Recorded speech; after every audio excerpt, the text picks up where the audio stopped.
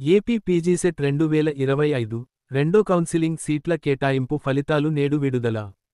అమరావతి, ఆంధ్రప్రదేశ్ ఉన్నత విద్యా మండలి ఏపీఎస్సీహెచ్ఈ ఆధ్వర్యంలో జరుగుతున్న ఏపీ పీజీసెట్, ఏపీ పీజీసీఈటీ 2025 రెండో విడత కౌన్సిలింగ్కు సంబంధించిన సీట్ల కేటాయింపు ఫలితాలు, సీట్ అలాట్మెంట్ ఈరోజు అక్టోబర్ 8 విడుదల కానున్నాయి. అధికారిక వెబ్సైట్లో ఫలితాలు రాత్రి 8 గంటల నుండి ఉదయం 10:30 గంటల మధ్యలో అందుబాటులోకి వచ్చే అవకాశం ఉందని సమాచారం.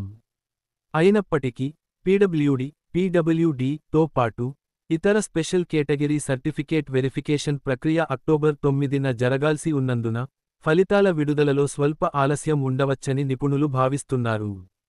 విద్యార్థులు తమ సీట్ల అలాట్మెంట్ వివరాలను తెలుసుకోవడానికి పీజీసెట్ అధికారిక వెబ్సైట్ https://sets.appstate.ap.gov.in https://sets.appstate.ap.gov.in లో లాగిన్ కావాలి.